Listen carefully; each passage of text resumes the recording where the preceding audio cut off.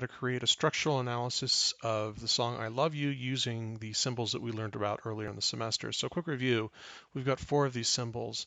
2 of them are arrows and 2 of them are brackets. 2 of them are solid and 2 of them are dashed. So let's start with the first one, which is the dominant chord going or resolving down by a fifth. That is its root motion proceeding downward a fifth to any chord quality. So we're going to use an arrow symbol for that. So just something that looks kind of like this, and it'll probably take on that kind of shape more or less. Then we've also got a dominant chord that proceeds downward by a half step to any chord quality. So like if we were going downward from a C7 to any kind of B chord, then in that case we'd also use an arrow, except that it would be a dashed arrow. So let's create a dashed arrow. So something that looks like that. And then we've got our brackets that reflect the 2-5 motion. So that is when we've got a 2 type chord, which is a minor 7 or a minor 7 flat 5, which is a half diminished chord, that goes up, or the root motion of that chord proceeds upward by a perfect fourth to a dominant type chord. Now this one has to go to a dominant type chord, so it's different from the last 2 chords in that regard.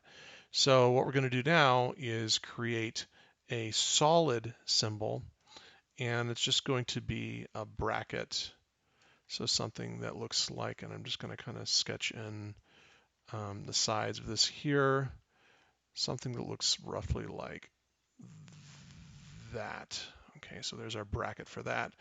And then the minor 7 or the half diminished chord resolving downward a half step to a dominant type chord again. Now the difference here is where the root motion is going down by half step here. So like going from D minor 7 to D flat dominant 7, it would have to be going down to a dominant type of chord. So in that case, we also use a bracket. However, we are going to use a dash bracket. So something that looks like this. And then we're going to create little ends for our bracket here. And I actually don't want those to be dashed. I just want those to be solid ends, like so. All right, so those are the 4 symbols. Somehow my arrow here got turned into a solid one, but we want this, okay, dashed arrow for number 2. All right, so let's just do a few of these to get you started.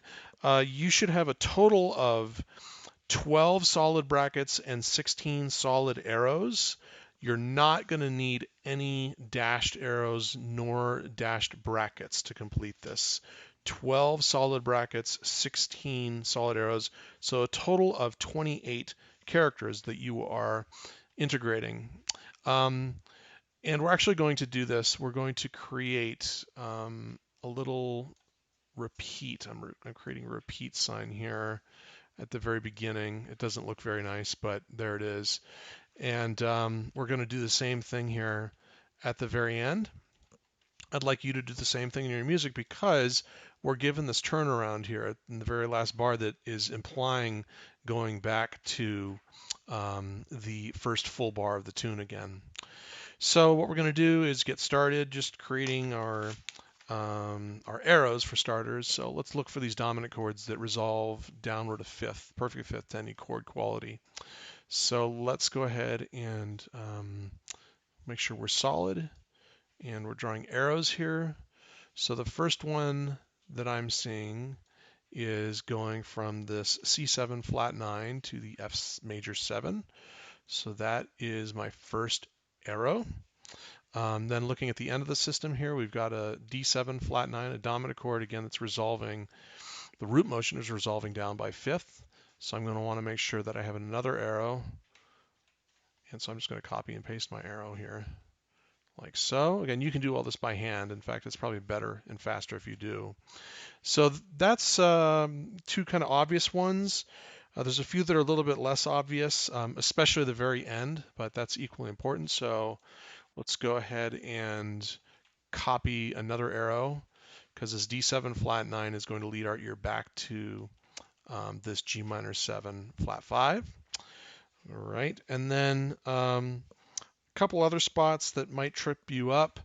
This G7 sharp 11 going to C13. Now that's not a minor type chord, even though we see that perfect fourth going up. Okay, we're going to be using the arrow once again. So we're going to want to go, if I can grab it, like that. All right, so let's talk about some of the bracket that we're going to use. These are, again, you know how to use these. Let's talk about where we're shifting to the key of A here. So we're going to need to have a bracket going from this B minor 7 to the E7. So let's go ahead and I'm just going to create a solid line for starters.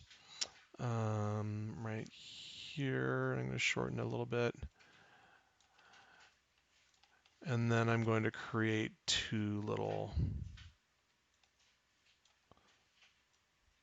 there's my bracket there, and the bracket should go a little bit lower than that. Okay. All right, so bracket should go beneath the chord symbols.